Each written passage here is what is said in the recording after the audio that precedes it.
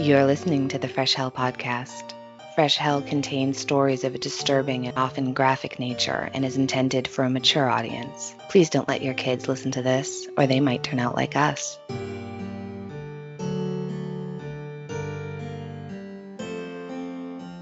Hi, I'm Annie from the US. And I'm Johanna from Austria, and you are listening to your favorite international architecture podcast, where we talk buildings, buildings, and more buildings. No, I'm kidding, of course. Welcome back to Fresh Hell. We do love a good building, though. I mean, we really do. Yeah. Thank you so much for turning your radio knob to the right position. You're tuning into the macabre side of wireless transmission. I feel like I'm starting a Rocky Horror Picture Show now.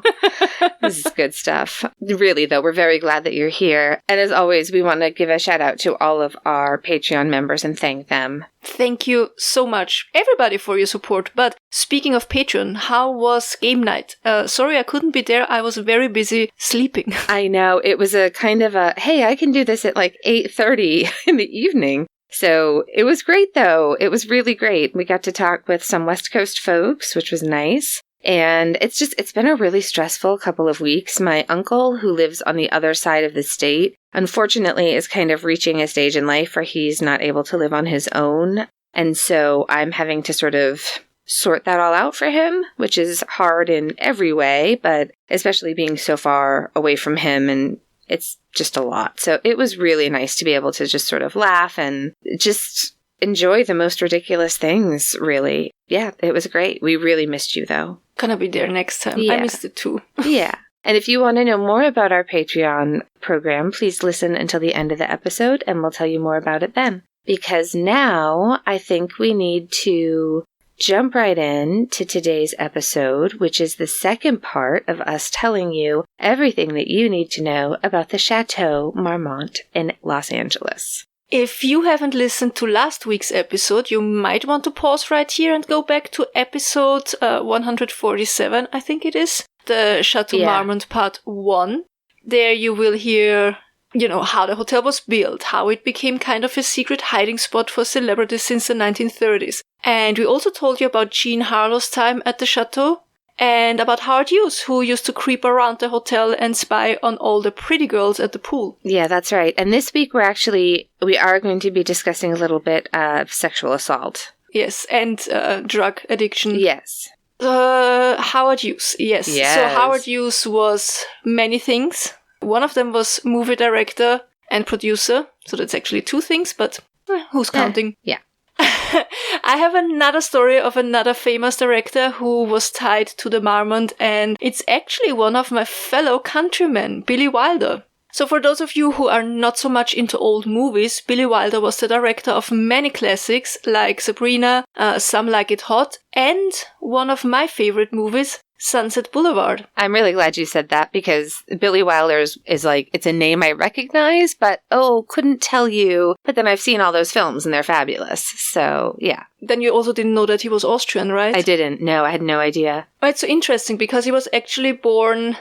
So he was born in 1906 in a part of Austria-Hungary that nowadays belongs to Poland. I assume many people think that when they hear Billy Wilder was Austrian, that he was, from Vienna or Salzburg, or maybe from Styria like Arnold Schwarzenegger. Remember, Austria was a huge country back then, and it would take you a long time to travel to the furthest part of the empire. And I remember one of Billy Wilder's quotes that I read somewhere. And he said something like, I was born 30 minutes from Vienna by telegraph. And it really made me laugh. That's good. So Billy Wilder moved to Berlin. At first he was writing crime stories. I think he would have been a fellow hellion.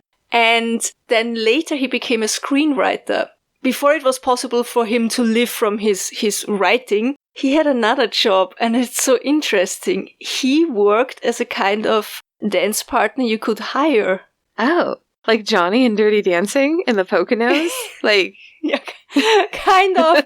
It's called taxi dancer in English. In German, it's Eintänzer. Okay. Those are people who were hired by bars and ballrooms, and they would dance with the people there. So that's interesting, I think. I don't know, does this still exist in any place out there? I bet it does. I don't know. Somewhere.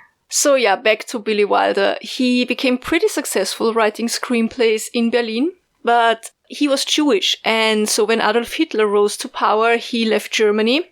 And like many people, many Jewish people who left Germany, at first he went to Paris. But soon after, he decided to travel to Los Angeles. And where did he stay when he first arrived in the City of Angels? Ah, that's right, the Chateau Marmont. And because he didn't have a permanent visa yet, he would have to leave the country from time to time. I think mostly he went to Mexico. But he would always return to the Marmont. Billy really enjoyed the privacy there. He would mostly stay in his room, typing away on his typewriter.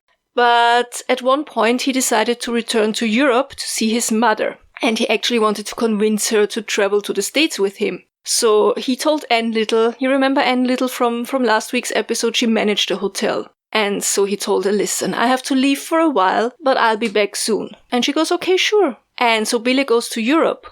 I think his mother was actually living in Vienna at the time. And he talks to his mom and he begs her to leave the country with him because obviously he fears for her safety. But his mom refuses, and so Billy Wilder has to leave without her, and he returns to Los Angeles and he walks into the lobby of the Chateau Marmont and he asks for his regular room. And they tell him, we're sorry, but your regular room is booked right now. And not only is his regular room booked, all the rooms are booked out. Oh no. And Billy Wilder gets really upset and he says, what the fuck? I mean, he didn't say what the fuck, but I'm sure he was thinking He was thinking it for sure. Yeah. I told you that I'll be back. And Anne Little says, yeah, but you never said when. And Billy Wilder, he has to agree, yeah, that's on him then. That's his problem. Right. Allegedly, he then says, I would rather sleep in a restroom here than stay in any other hotel than the Marmont.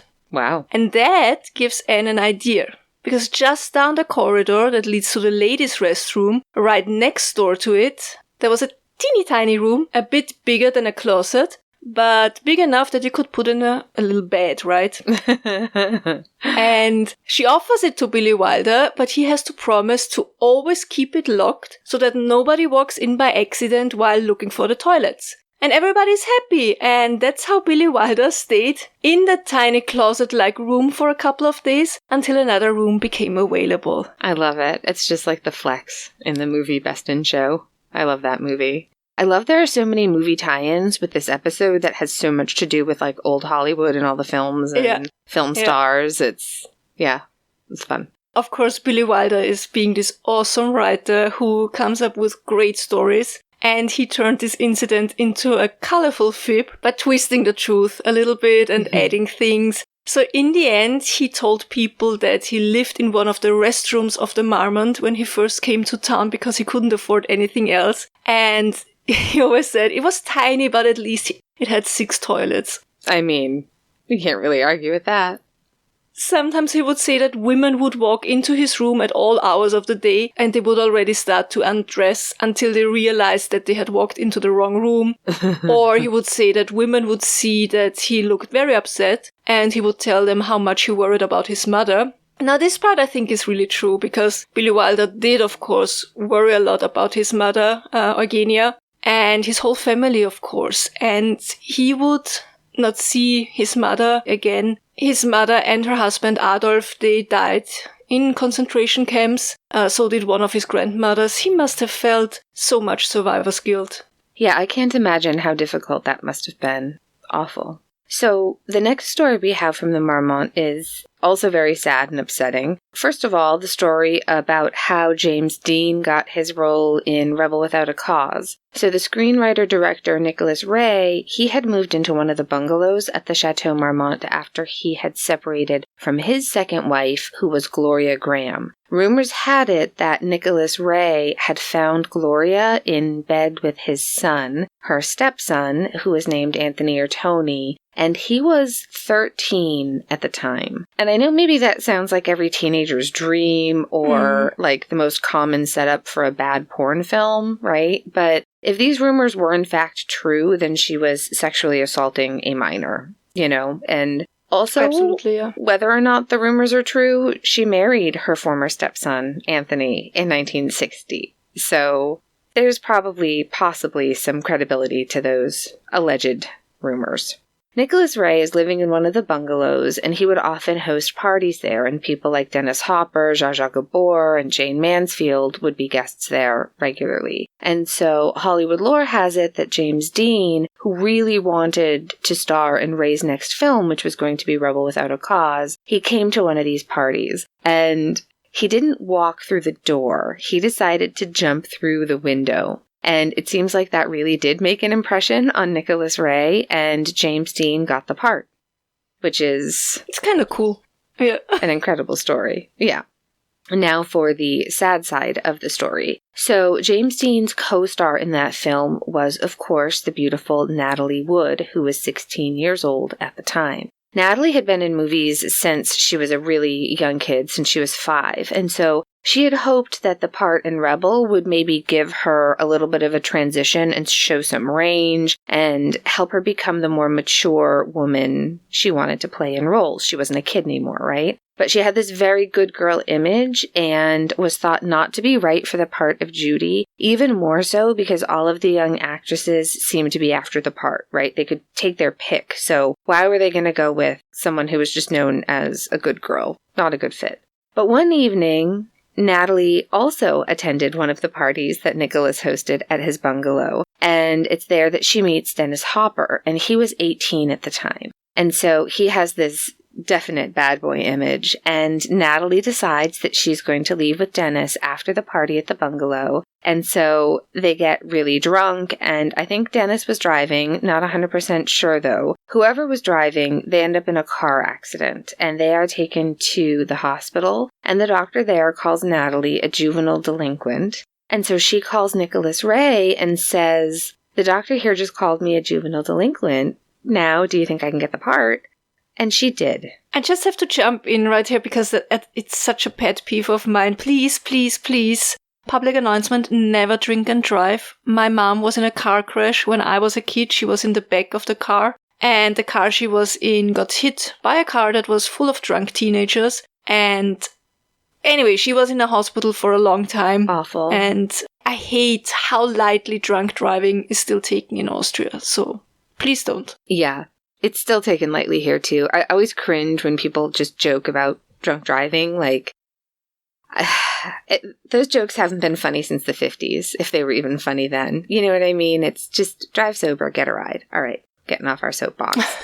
Now, this is the sad story about Natalie Wood. So we all know that she had a very tragic and mysterious death. I keep debating covering it, but anyway, she really had to go through a lot of difficult things. And around the time she was cast for Rebel, she was then in a relationship with Nicholas Ray. Remember, he was in his 40s and she was a teenager. And she lived with him at the bungalow at Chateau Marmont for a while. But one other thing did happen to Natalie at the Marmont before that. So Natalie confided to her younger sister Lana that one night while she was at the Marmont, she was raped by a big Hollywood star. And you may already know exactly what I'm talking about and who this alleged rapist is, because Lana published a book last year where she names him. So this is an excerpt from an article that was in Vanity Fair on November 4th, 2021. It's by Savannah Walsh, and this is excerpts from that article. So, quote, "When Kirk Douglas died in 2020, at age 103, it was Natalie Wood's name that trended alongside his on Twitter. In 2018, Natalie's younger sister Lana claimed on a podcast that 16-year-old Natalie had been raped by a big star at the Chateau Marmont Hotel. Rumors linking Douglas to Natalie's assault persisted, but her alleged abuser had been gone unnamed until now. Quote, I remember that Natalie looked especially beautiful when Mom and I dropped her off that night at the Chateau Marmont entrance, Lana writes in her upcoming memoir, Little Sister, My Investigation into the Mysterious Death of Natalie Wood. The article continues, according to the news outlet, Lana claimed that Douglas raped Natalie in the summer of 1955, around the time that both sisters were filming The Searchers. Their mother, Maria Zakharenko, had reportedly scheduled Natalie's meeting with Douglas, hoping that, quote, many doors might be thrown open for her with just a nod of his famous, handsome head on her behalf, end quote. Lana, then about 8 years old, remembers, quote, it seemed like a long time passed before Natalie got back into the car and woke me up when she slammed the door shut. She writes that Natalie looked awful, adding, quote, "She was very disheveled and very upset, and she and Mom started urgently whispering to each other. I couldn't really hear them or make out what they were saying. Something bad had apparently happened to my sister, but whatever it was, I was apparently too young to be told about it," end quote. According to Lana, she and Natalie never discussed what had happened until they were both adults. It was at that point that Natalie detailed her rape, telling her sister, quote, "And he hurt me, Lana. It was like an out-of-body experience. I was terrified. I was confused," end quote. According to Lana, her sister and mother had decided that it would tarnish Natalie's Hollywood standing to publicly accuse Douglas. "Suck it up" were Maria's words of advice to her daughter, per Lana. The article then ends saying, quote, "Kirk's son, Michael Douglas, responded to the allegation in a statement to the Associated Press, quote, 'May they both rest in peace,' end quote." So that's from the Vanity Fair article about this incident. And this is, of course, only Lana's version of events. We will never know the truth of it, as the people involved have now both passed on, but it's not, I don't think anybody would be surprised to hear that this happened to anyone at that time. I think things are finally, hopefully, starting to change, but certainly back then, she would not be alone in being, a young actress being preyed upon by men in the industry, right? Definitely. Yeah, I need that book. Yeah, and the podcast you mentioned, the podcast that was mentioned in the article is actually called Fatal Voyage, The Mysterious Death of Natalie Wood. It came out in 2018, I think. Yeah, I'm going to add that one to my list too. I'm fascinated by that case, and I have my own theory of what happened. Yeah.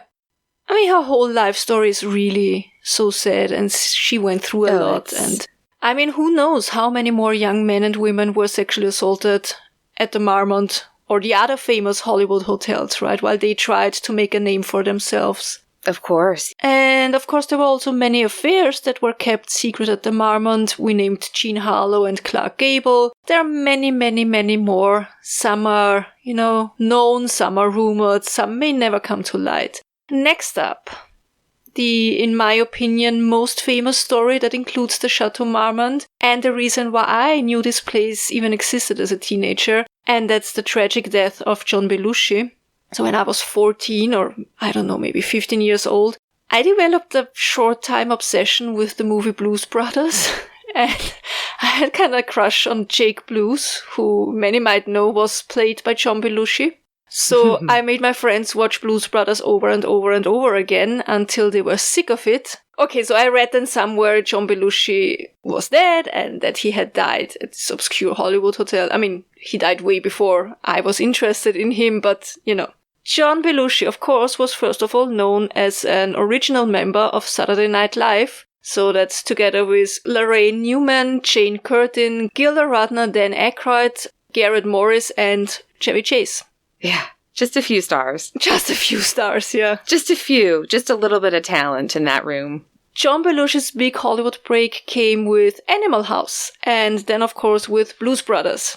And I think in those years he was pretty much going back and forth between Los Angeles and New York. He did have a couple of movie projects that he was interested in, and so by the end of 1981, beginning of 1982, he was once more in LA. And he sometimes stayed at the Marmont. He too, like so many others, appreciated the home away from home, we mentioned it last week. And the very unpretentious surroundings, as well as the fact that it was not a place where your escapades would be made public. He had rented one of the bungalows, that's Bungalow 3. That was one of the 2 bungalows that had been added in the 1950s in mid-century modern style. Huge glass windows. I find them very pretty. Have you looked at them, Annie?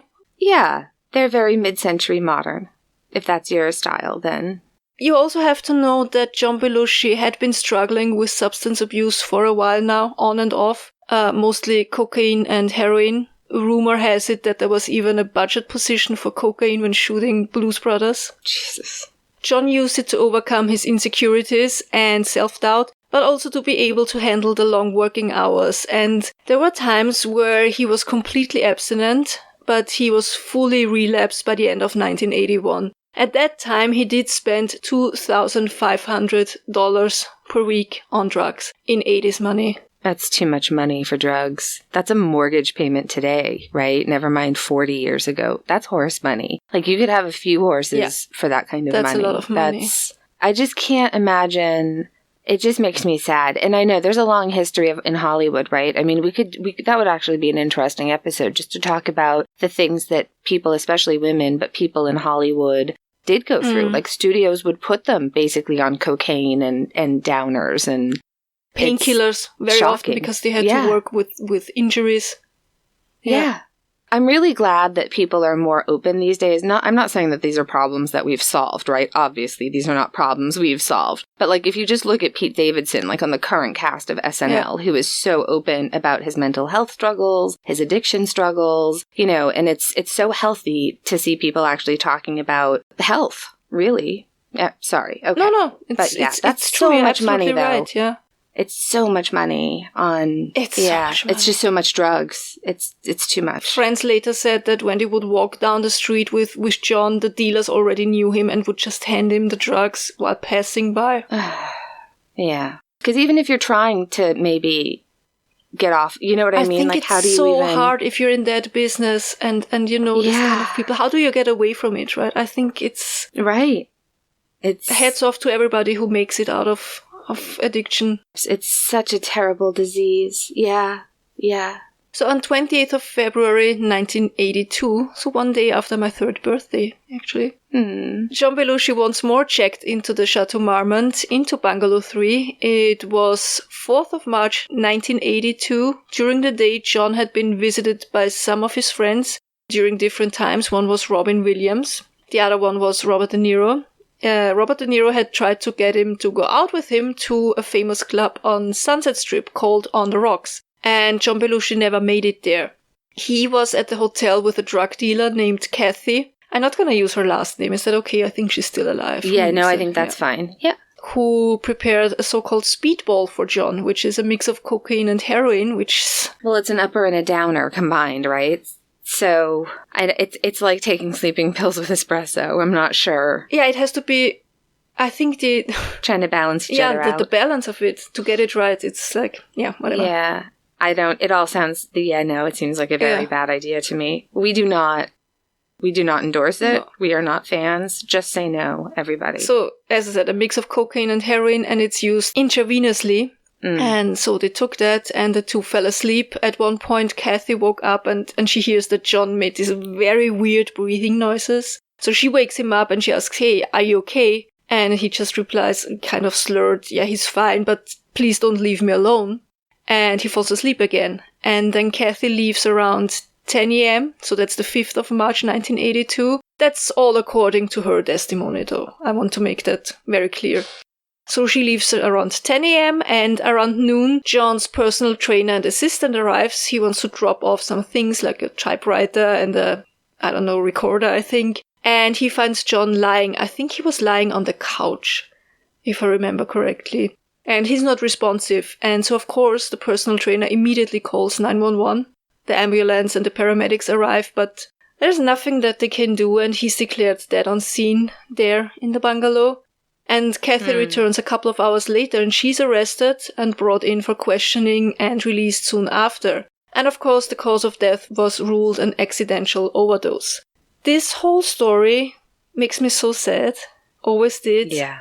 John's wife, Judy, who was actually his high school sweetheart, I think, she once said in an interview, and I'm paraphrasing here, they had everything and then the drugs destroyed it all. Addiction is such a devastating disease. It's sad. So then Judy arranged a Christian Orthodox funeral, and John Belushi was laid to rest at Abel's Hill Cemetery in Gilmark, Massachusetts, on Martha's Vineyard. Annie, I know you love a good epitaph. His headstone reads, quote, "I may be gone, but rock and roll lives on," end quote.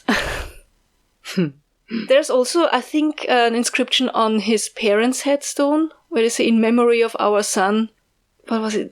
Our son John Belushi, who made us laugh, or something like that. Very sweet, actually. Very, very sweet. Oh, that's really nice. I like that. I honestly don't know if the rock and roll headstone is still there, because his body was removed at one point and placed in an unmarked grave Because all the time people would show up and be horribly disrespectful. They were littering stuff and so. I know that people used to leave things at the grave, especially people would pour out booze, right? And then just leave a bottle, or those little individual nips that I think a lot of places are trying to get rid of that they serve on airplanes, you know, those little single, but yeah, they pour things out, right, and leave it at the grave. And it's always seemed really inappropriate for the grave of somebody struggling with addiction. Definitely. But I think some people just associate him with his character in Animal House, or I don't know. We can go there. We can go to the vineyard when you visit. I would love his to. stone, I think, also had like a really cool Victorian skull and crossbones kind of. Yeah, it was a good one. We'll have to see if it's still there for sure. And Kathy, the one who had, provided him with drugs and injected him with the speedball, she was the last person to see him alive. She gave an interview with the National Enquirer 2 months after John Belushi's death, where she admitted that she had been there and that she was the one who gave him the drugs. And after that article came out, the case was reopened and Kathy was charged with first-degree murder. And in the end, she entered a plea bargain, and that reduced the charge to involuntary manslaughter. And she served 15 months in prison. Yeah, fair enough, I think. She deserved to spend some time there, yeah. Well, just leaving him, especially, that's the thing that I can't get over. She already heard that he had breathing difficulties. Yeah. It's not like people who are, like, in the throes of addiction are known for making the best life choices, right? So I think it probably was involuntary. I think it was probably the right charge. I think, yeah. Because I don't think she was trying to kill him. Like, it was an accidental, but she was ultimately responsible for it, so... Yeah. And John Belushi's death also leads to the only ghost we will be mentioning today. Do you all know the Hotel California song by the Eagles? Yes. Yeah, the lyrics in the end say, quote, "You can check out anytime you like, but you can never leave," end quote. Many think that the song was inspired by Chateau Marmont, actually. I don't think it was, but it's also kind of lore. I'm just mentioning it because it looks as if John Belushi never left. There are several stories of weird occurrences in Bungalow 3. So, for example, from laghosttour.com, quote, "Al Franken claims to have experienced an encounter with his late friend at the Marmont. According to Franken, a skeptic himself, he arrived at the chateau a week after Belushi's passing and stayed in the very same bungalow. He awoke late at night from a fitful sleep to see the ghostly figure of John Belushi standing over him. John, he called out, blinking. But by the time he got his glasses on, John had disappeared." End quote. That'd be cool. There's another story of a young family staying at Bungalow 3 years later. A wife, her husband, and their toddler, who was barely verbal yet. And at one point of their stay, the mom hears the kid laughing and giggling, and she asks, "What's so funny?" To what the toddler replies, "Funny man." And later, during their stay, the couple looked through a book that was on the coffee table. It was either a photo book about LA in general or the hotel. I'm not quite sure. So they are sitting there turning the pages, and then they come to a photo of John Belushi. And the toddler points at it smiling, saying, "Funny man." That's creepy. Creepy and cute. Yeah, I find it kind of... It's super cute. Yeah. I have to disagree with you, though. That's not the only ghost story. I mean, it's the only ghost we know of who maybe it is, right? Because I think there's other ghosts. We're just not sure who they might be. So there's room 79 in the hotel, and many former staff members call this room the most haunted room. So haunted, in fact. How haunted was it? It was so haunted. Sorry. I don't know why I started the sentence that way. Rumor just had it that so many employees just wouldn't go anywhere near that room to clean it, and they reported knocking sounds, strange noises, furniture being moved around, even like a floating disembodied head. So, spooky. I also found several other ghost stories that took place at Chateau Marmont, and unfortunately, I couldn't figure out specifically what rooms that these hauntings allegedly had taken place in. One female reported that she was awakened by the noise of the window in her room opening, and then she felt someone crawl into bed and lie still next to her while she just lay there trying not to move, which is terrifying. And so after a while, when she didn't hear or feel anything, she looked up and looked around only to see that nobody was there in the room with her. Okay, I wish she would have tried to move because this sounds an awful lot like my sleep paralysis episodes. That's what I thought at first. But here's the problem. While there was no one in the room with her, the window was opened. And she was sure she had closed it when she went to bed. So that is chilling. There's more spooky fuckery. So another guest was staying in, this is my favorite. This is the room I want to know which room was this in, because this is where we're going to stay. So another guest stayed. It was already really late at night, and he was fast asleep when he woke up because of really loud noise, party noise, music, and people talking. And so he's obviously really annoyed. So he goes to the window, opens it up, and leans out to see where this noise is coming from. But it's quiet outside. There's no noise out there. So he goes back into the room and he opens the door to the hallway, and he sticks his head out in the hallway thinking, a neighbor across the hall is having this party. There's nothing. There's no sound in the hallway. And that's when he realizes the party noises are coming from inside the house. They're coming from inside his own room. And this actually has happened to my sister a few times at my house. She hears piano music upstairs, but can't find the source. But in this case, the guest had a ghost party going on. And the coolest part is that it turns out the Doors used to party in that room back in the 60s. I want a haunted Doors party. Potty. I want a haunted potty. No, I do not. I want a haunted toilet Doors ghost party. I don't know more toilet ghosts. That is creepy. I'm having a little bit of goosebumps, but it's also cool. Right? Speaking of the Doors, their frontman, that story, Jim Morrison, he reportedly liked to climb around on the shingled roofs of the hotel. And one time in 1970, he tried to swing from one of the balconies to another balcony, and he was using a drain pipe. Unfortunately, the drain pipe got loose, and Jim Morrison fell down 2 stories, actually. But apparently he wasn't hurt too badly. I assume just a few scrapes and scratches. The partying must have been so intense at the moment, because I'm sure he wasn't sober when he did that, right? You think? I bet a shrubbery caught him, and that's why he wasn't. I bet he landed square in a shrubbery. Yeah, definitely. Led Zeppelin once partied so hard and had so many strangers coming and going that the hotel manager decided to move them to one of their bungalows.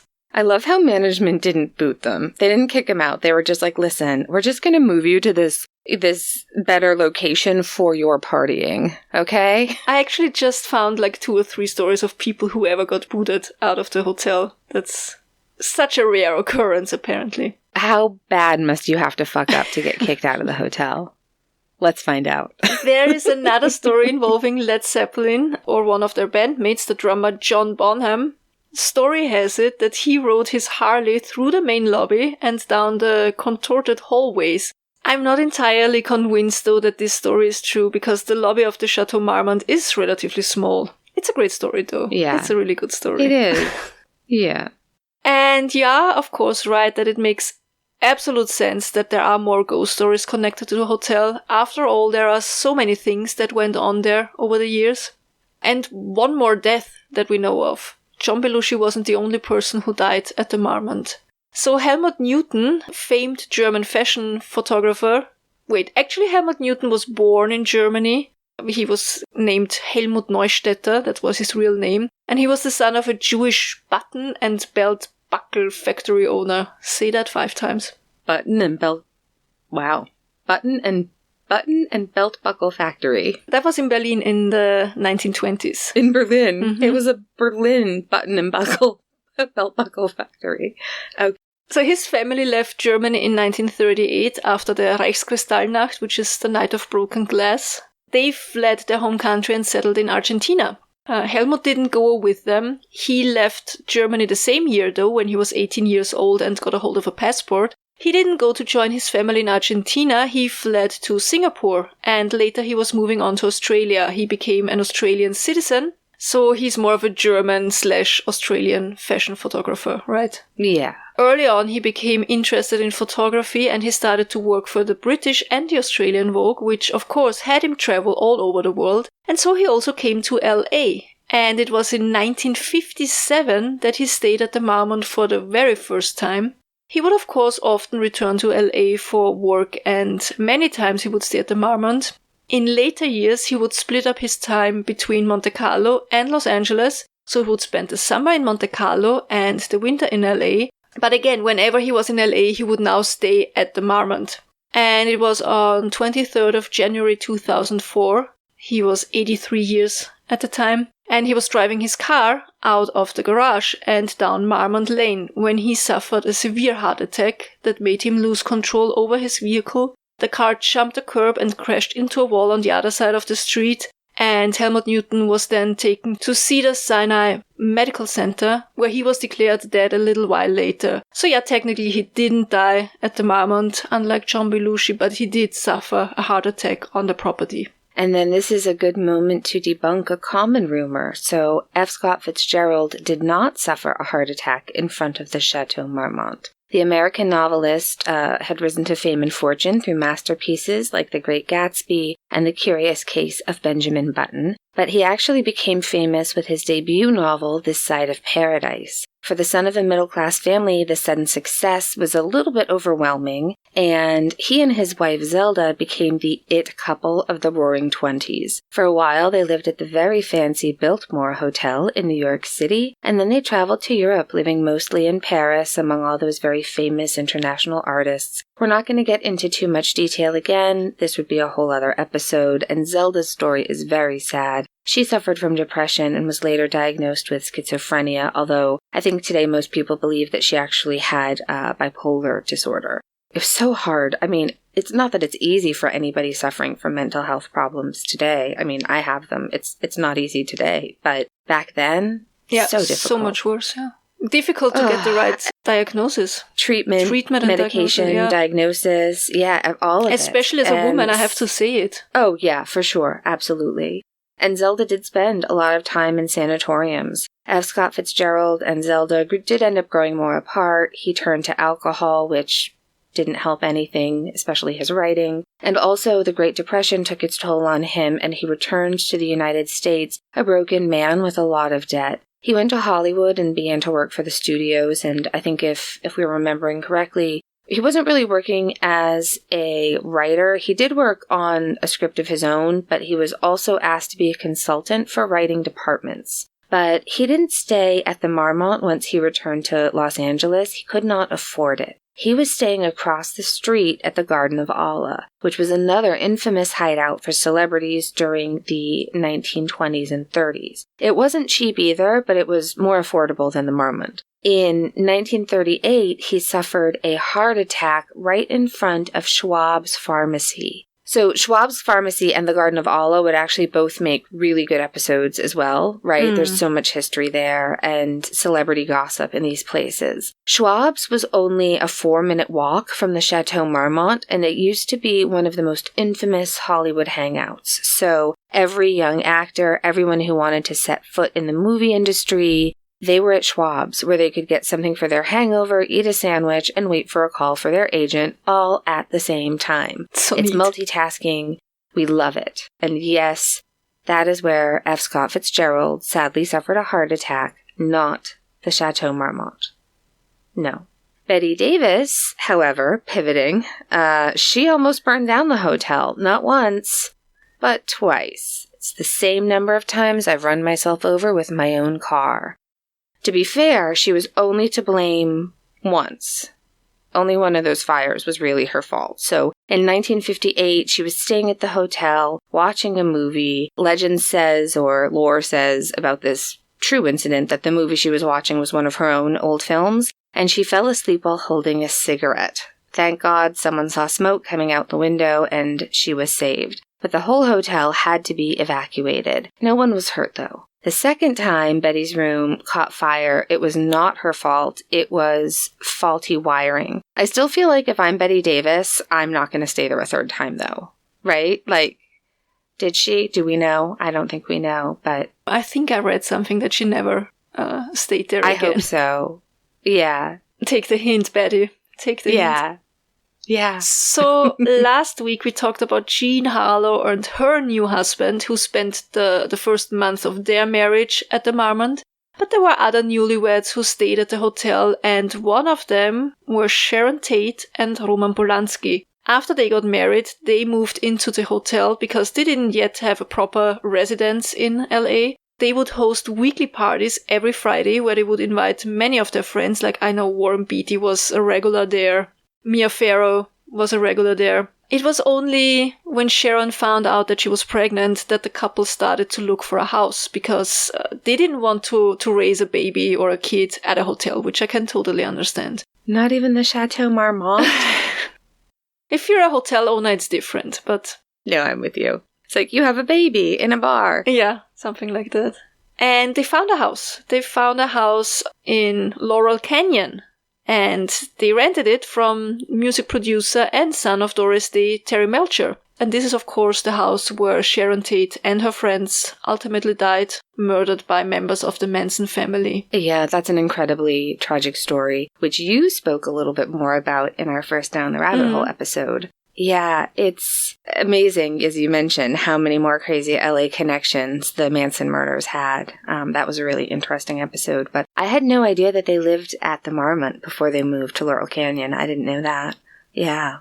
So now we're going to end this episode on a somewhat more uplifting note. We're going to talk a little bit about the true friendship, I would say, yeah. And of course, now we're going to talk about Elizabeth Taylor and Montgomery Clift. They first met when Elizabeth was 17 and Monty's co-star in the movie A Place in the Sun. We talked about this movie a little bit before in the episode where we discussed the murder of Grace Brown. I love it when our episodes tie back to one of our other episodes. I think that's the best. I know, especially with movies. There's movies in today's episode. All right. So this is an excerpt from an article that was in Town and Country magazine on May 25th, 2021. And Charles Casillo wrote this excellent article, and this is a few excerpts of it. Quote, "It is said that when Montgomery Clift discovered who his love interest in A Place in the Sun would be, he exclaimed, quote, 'Who the hell is Elizabeth Taylor?' Elizabeth was more visible than the publicity-shy Monty. You couldn't help but come across her photo in any magazine or newspaper. Always she came across as being poised, beautiful, and somewhat vacuous. She was perfectly posed and perfectly guarded, and, it seemed, always camera-ready. Monty was the enigmatic one. He equaled Elizabeth in terms of beauty, but he also had mystery. Monty would get star billing. On hearing that she would be starring opposite Montgomery in a George Stevens movie, Elizabeth felt somewhat intimidated. There were a lot of stories about Monty going around show business circles. The articles she had read about him in movie magazines stated that he was a, quote, misfit, even a freak. Mixed in with his good looks, this made him seem exotic. But more than anything, he was considered a serious actor from the New York stage. Suddenly being a Hollywood film star seemed small in comparison. After she was cast in the film, Stevens invited Elizabeth to his office to meet Monty for the first time. Elizabeth had been terrified to meet Stevens. She was in awe of the intellectual director, and she was just as intimidated about meeting Monty. I was so scared, she said. I thought, oh God, here's this accomplished New York stage actor, and I'm just a Hollywood nothing. She had already heard that Monty intended to spend the night in an actual state prison to see what it felt like to be on death row. Elizabeth had never considered the importance of researching their character. She acted on a completely instinctive level. In Stevens' office, when Elizabeth first saw Monty, she was dumbstruck. Quote, "He was the most gorgeous thing I'd ever seen," she said. "I remember my heart stopped when I looked into those green eyes, and that smile, that roguish, boyish smile." End quote. So, those are some quotes from Elizabeth. And they worked on the movie together. She was playing his love interest, Angela. Elizabeth Taylor was just this beautiful, outgoing young woman, and Montgomery was more of a Hollywood misfit at the time. Now, of course, one of the reasons for Monty's closed-up persona was his homosexuality or bisexuality. Back in the 1950s, you could not dare be openly gay in most professions, and if you wanted a career in Hollywood, you better hide that part of your life pretty well from the public eye. So, Elizabeth and Montgomery became fast friends. They connected deeply, not only through their humor, But it was in 1956 when Montgomery Clift was in an almost fatal car crash. That night, he had been at dinner at Elizabeth's house on Tower Road in Coldwater Canyon, which looks on the map like it's close to Benedict Canyon, which is where all the Hollywood celebrities lived at the time, so people from LA let us know if this is in fact true. So Monty drives down this winding street, and apparently he missed a turn, and his car went over an embankment and hit a telephone pole. We're going to post a photo of the car. It was totaled. The story goes that for whatever reason, Elizabeth Taylor arrived on the scene before paramedics could get there. I assume she and her friends were probably in the car right behind Monty's, right? So just immediately came across it or even saw it happen. Maybe after dinner, they had all decided to go out to one of the hot clubs at the time. In any case, Elizabeth gets out of her car and she climbs down the embankment and she sees this incredibly awful wreck and she finds Monty. I can only assume that he was still behind the wheel.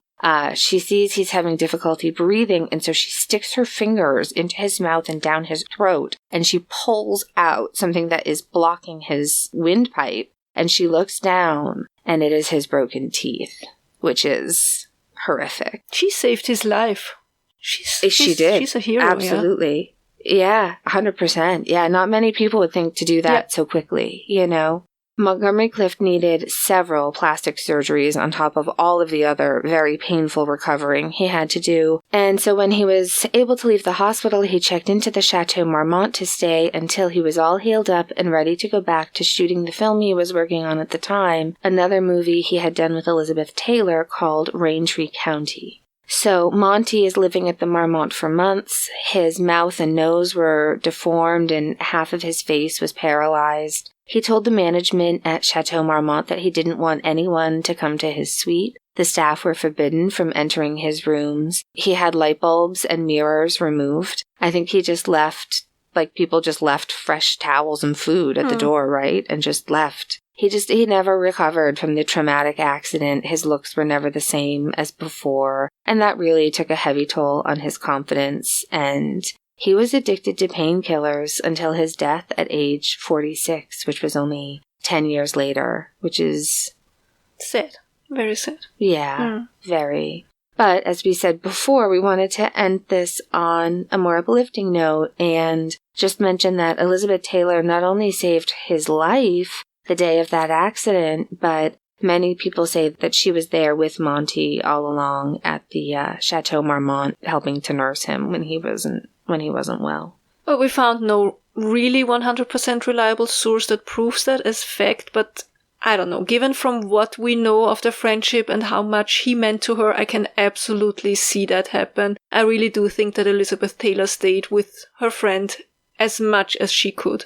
Right. And we've had to talk about so many other things that are not completely 100% verifiable, right? But they're all really awful. So we'll leave you this one that's kind of a little bit nicer, which is what a very, very good friend it seems Elizabeth Taylor was. And that's it. We could have added a lot more stories about the Marmont, but you have to draw the line somewhere. Yeah. When Vivien Leigh moved in after her divorce from Laurence Olivier and brought her Picassos, or Marilyn Monroe, this is a really good one. She gave an interview in one of the suites, and so the reporter gets there and she's like, "Is it okay if we move this to the bedroom?" And he's like, "Yeah, that's fine by me." And so he follows her to the bedroom and she's like, "Thank you so much. I'm just so exhausted. I need to lie down while you interview me." So, I love that one. Yeah, it's so good, right? The hotel has seen so many people, funny, sad, terrifying, amazing things, and it is absolutely a Los Angeles landmark. Absolutely. It was always on my bucket list. I always wanted to spend 1 or 2 nights there, preferably at Bungalow 3. I'm sorry if that seems weird or macabre to you out there. Yeah. No, I'd want to stay there too. But yeah. Seems like I missed the chance to do that, at least for now, because apparently the Chateau Marmont is going to be turned into a very fancy timeshare-like members-only club in the near future. Oh, I bet we'll be able to find someone that knows someone that knows. I mean, we are niche internet celebrities. They can't keep us out. Do you know who we are? No? That's all right. Nobody else knows who we are either. It's fine. Melissa, the host of Just the Tipsters, which is so amazing. You should go and listen to her. She told us that the bar at the Marmont makes the best burgers and fries. So unless they also close the bar and restaurant to the public, we're there. And make it members only, we could at least go there and have some fantastic fries. I'm ready. It's a date. Melissa, we're going to make it happen. Absolutely. That sounds amazing. All right. Something good. So, happy belated birthday to the wonderful Paul, my other half. Happy birthday. We had a nice, relaxing birthday weekend. And also to Susie and Kevin, two of my favorite people who also share the same birthday as my husband. A lot of good people were born on March 19th. And the other something good is we are going out to dinner tonight with good friends, some of our best friends, to one of my favorite restaurants that I haven't been to in forever. And I'm really excited to see friends and go out to eat. I know this sounds like silly, but I'm excited. Sounds good. Yeah. Sounds like a lot of fun. Thank you so much for listening. Yes, thank you. If you would be so kind as to leave us a review, we would be so grateful. If you're on Apple and you can leave us a review, look at that, 921. We're getting there. I'm trying to get us to 1,000. In the U.S., yes, Alexis and Sherry and James, yes, thank you, everybody. Joel. Bree, yes. Sorto, love you. Thank you for all of the reviews because I'm trying to get to 1,000. We really appreciate it. It's kind of a pain in the ass to leave a review, so we really appreciate it when you take the time to do it. If you want to know more about our Patreon, go to patreon.com, go to the search bar, type in Fresh Hell. We're going to pop right up. You're going to see everything you need to know. Or go to our webpage, which is freshhellpodcast.com. There you'll find the link to Patreon, to our merch store, to our email, P.O. box. What else? To our Facebook group, which is amazing. Get there before they close us down for posting. Yeah. Things about murder. Pablo Escobar mugshots.